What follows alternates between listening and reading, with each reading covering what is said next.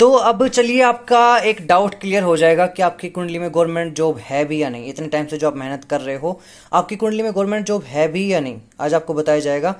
सबसे पहले मैं बता देता हूँ मैं कौन हूँ। मेरा नाम हर्ष शर्मा है और आप देख रहे हैं मेरे यूट्यूब चैनल को, नवग्रह ज्योतिष चैनल को।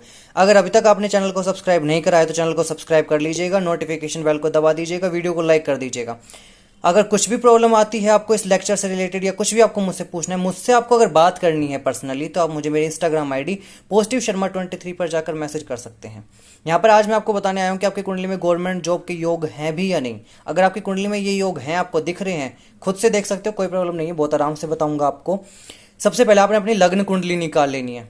कुंडली मिल जाएगी आपको सॉफ्टवेयर से, कहीं पे भी लग्न कुंडली निकाल लीजिएगा। फिर आपने देखना क्या है, देखो आपकी कुंडली का पहला घर, चौथा घर, सातवां घर और 10वां घर, आपने सिर्फ ये ही 4 घर देखने हैं जिस पर मैंने टिक लगाया है। देखो, पहला, चौथा, सातवां और 10वां, ये 4 घर जिनको हम केंद्र बोलते हैं। अगर आपकी कुंडली में कहीं पर भी केंद्र में गुरु ग्रह बैठा हुआ है, देखो आपकी कुंडली में जो प्लैनेट्स बैठे हुए हैं वो एक तो देखो 0 डिग्री से लेके 5 डिग्री के बीच में नहीं होने चाहिए, पहली चीज। दूसरी चीज 25 डिग्री से लेके 30 डिग्री तक के बीच में नहीं होने चाहिए। अगर आपकी कुंडली में कोई प्लैनेट यहाँ पर बैठा हुआ मिल जाए, अगर मैं आपको जो बताऊं, अगर वो इस अंश में होगा तो शायद ये योग आपका इतना प्रबल नहीं होगा, ये योग आपको इतना अच्छा परिणाम नहीं देगा। तो चलिए बात कर लेते हैं केंद्र की। केंद्र के स्थान होते हैं पहला, चौथा, सातवां और 10वां। अगर यहाँ पर आपकी कुंडली में गुरु ग्रह बैठा हुआ है, थोड़ा ऑफ द टॉपिक बता रहा हूँ एक बात आपको, स्टार्टिंग में एक आपको बोनस टॉपिक देके जा रहा हूँ कि क्या है कि देखो यहाँ पर अगर आपकी कुंडली में कहीं इन घरों में पहले, चौथे, सातवें, 10वें में अगर कहीं गुरु बैठा हुआ होता है तो वो आपकी कुंडली में आपको सपोर्ट करने आता है। यानी कि जब भी आपकी कुंडली में या फिर आपके जीवन में कोई दोष आएगा या फिर कोई बुरा समय आएगा तो गुरु ग्रह आपकी रक्षा जरूर करेगा। गुरु आपको सपोर्ट हर बार करेगा अगर केंद्र में गुरु बैठा हुआ है तो। अब बात कर लेते हैं अपने टॉपिक के बारे में कि गवर्नमेंट जॉब के योग कैसे बनते हैं। देखो, अगर आपकी कुंडली में केंद्र में यहाँ पर इन घरों में कहीं पर भी 1 नंबर की या 5 नंबर की गिनती लिखी हुई है और यहाँ पर सूर्य बैठा हुआ है, सूर्य बैठा हुआ हो 1 नंबर या 5 नंबर की गिनती में केंद्र में होके, जैसे कि यहाँ पर 1 नंबर लिखा हुआ है, यहाँ पर सूर्य बैठ जाए, या फिर यहाँ पर 5 नंबर लिखा हुआ है, यहाँ पर सूर्य बैठ जाए, ऐसा। अगर केंद्र में, पहला चीज तो ये थी, फर्स्ट आपको ये था। दूसरा क्या है, अगर आपकी कुंडली में 4 नंबर, 9 नंबर या 12 नंबर की गिनती लिखी हुई हो इस जगह पर, इन घरों में अगर यहाँ पर लिखी हुई हो और यहाँ पर इनके साथ में गुरु ग्रह बैठा हुआ हो, जैसे कि 4 नंबर है और गुरु यहाँ पर बैठ जाए, 12 नंबर की राशि है और गुरु यहाँ पर बैठ जाए, तो आपके सरकारी नौकरी के योग बनते हैं, गुरु ग्रह अगर बैठा हुआ है तो।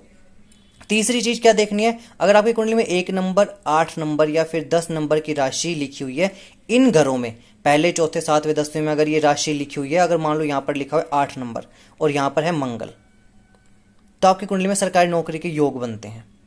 तो ये 3 चीजों से आप देखकर जान सकते हो कि आपकी कुंडली में सरकारी नौकरी के योग है या नहीं। अब वो योग कितना प्रबल है कैसे जानोगे, अगर आपकी कुंडली में जो ग्रह बैठे हुए, अगर मान लो यहाँ पर सूर्य बैठा हुआ है, सूर्य है यहाँ पर 1 डिग्री का, तो सूर्य को बल नहीं मिला हुआ, यानी कि ये योग है आपका, ये यहाँ पर खत्म हो गया, यानी कि सूर्य को आपको स्ट्रॉन्ग करना पड़ेगा, ये योग आपका इतना प्रबल नहीं है। अगर यहाँ पर मंगल बैठा हुआ है, मंगल बैठा है 15 डिग्री का, तो हाँ आपकी कुंडली में मंगल को बल मिला हुआ है, तो आपके सरकारी नौकरी के योग हैं। मंगल की दशा, महादशा, प्रत्यंतर दशा जब एक पर्टिकुलर टाइम पर आएगी तो आपका वो योग प्रबल हो जाएगा। वो बस ये याद रखना कि आपकी कुंडली में जो ग्रह है उसके अंश जो है 0 से 5 डिग्री के बीच में नहीं होने चाहिए, 25 से 30 डिग्री के बीच में नहीं होने चाहिए, यानी कि वो बाल अवस्था में और वृद्धावस्था में नहीं होना चाहिए ग्रह। ये मैं ऑलरेडी पहले बता चुका हूँ इन दशाओं के बारे में और अवस्थाओं के बारे में, तो वहां पर आप जाकर देख सकते हो। अगर आपकी कुंडली में केंद्र में, यानी कि अगर मान लो 7वें घर में आपको दिखा है कि कहीं प्लेनेट बैठा हुआ है, जो आपका ग्रह है वो बैठा हुआ है, तो इसका मतलब यह है कि शादी के बाद आपकी गवर्नमेंट जॉब के योग बनेंगे। जैसे कि मान लिया मैंने कि यहाँ पर 1 नंबर लिखा हुआ है और 1 नंबर की राशि में सूर्य लिखा हुआ है, या फिर 1 नंबर की राशि में मंगल लिखा हुआ है 7वें घर में, अगर इस वाले घर में आपकी युति बन रही है, इस वाले घर में प्लेनेट बैठा हुआ है, तो इसका मतलब होता है कि शादी के बाद आपके जो गवर्नमेंट जॉब के योग हैं वो बनेंगे।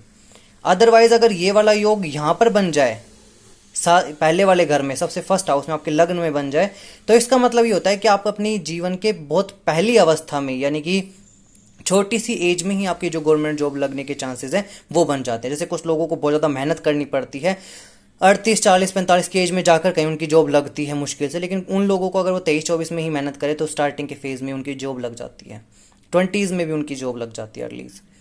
तो ये गवर्नमेंट जॉब के योग बताते हैं आपके कुंडली में। अब मुझे आपको कमेंट करके ये बताना है कि अब आप मुझे कमेंट करके ये बताओगे कि आपकी कुंडली में इनमें से कौन सा योग बना हुआ है, और अगर वो योग बना हुआ है तो फिर आप मुझे पर्सनल कंसल्ट कर सकते हो। मैं आपको बताऊंगा कि पर्सनल कब वो पर्टिकुलर टाइम आएगा जब आपका जो योग है वो प्रबल हो जाएगा। अगर योग प्रबल होगा तो फिर आपका जो मेहनत करोगे उसका पर रिजल्ट ज़रूर मिलेगा। अगर आपको कुछ मुझसे पूछना है तो आप मुझे पॉजिटिव शर्मा 23 पर जाकर मैसेज कर सकते हो, आप अपनी डिटेल्स मेरे पास भेज सकते हो। और अगर आपने यहाँ पर ही मेरे साथ जुड़े रहना है तो आप नवग्रह ज्योतिष चैनल को सब्सक्राइब कर लीजिएगा, नोटिफिकेशन बेल को दबा दीजिएगा। मैं फिर से मिलूंगा आपसे एक अगली वीडियो में, तब तक के लिए जय श्री राम, जय बजरंग बली।